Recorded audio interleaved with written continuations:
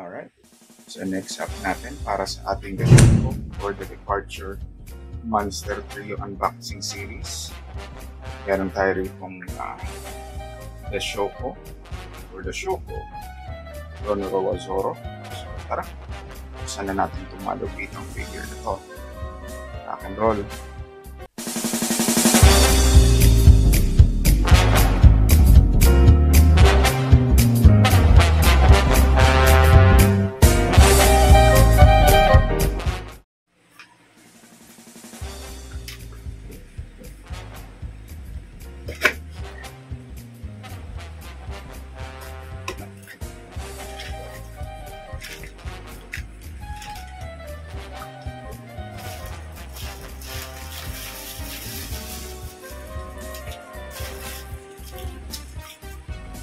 Silica gel.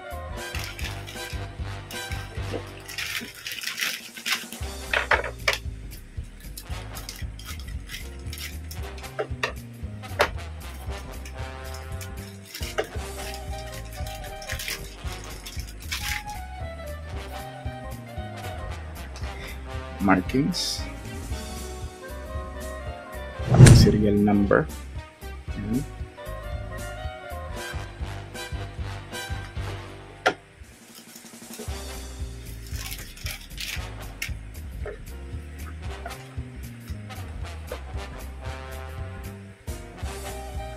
Close-up look tayo.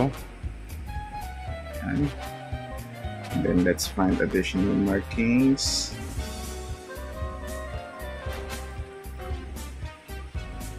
Kay Luffy meron, so most likely meron din yun.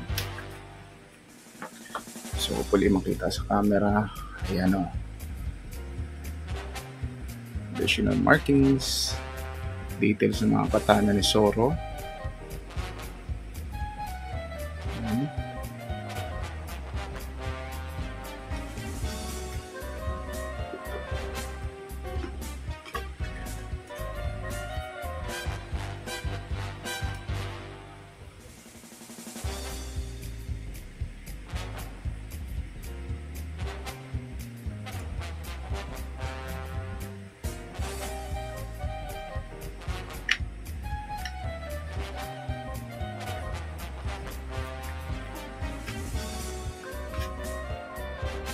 Alright, so let's go ahead and take a closer look here sa ating Deshoco Ronoroa Zoro.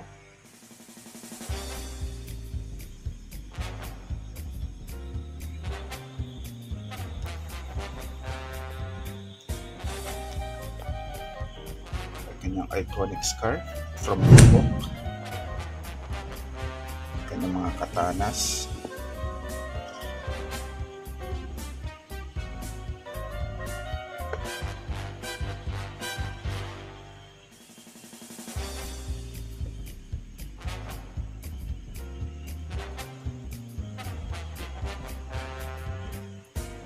Alright.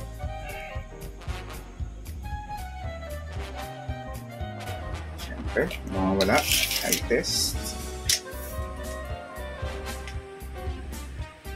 So, medyo matangkad ng bahagya itong si Zoro compared kay Luffy. Stands at 18 centimeters. So, roughly 7 inches. Okay.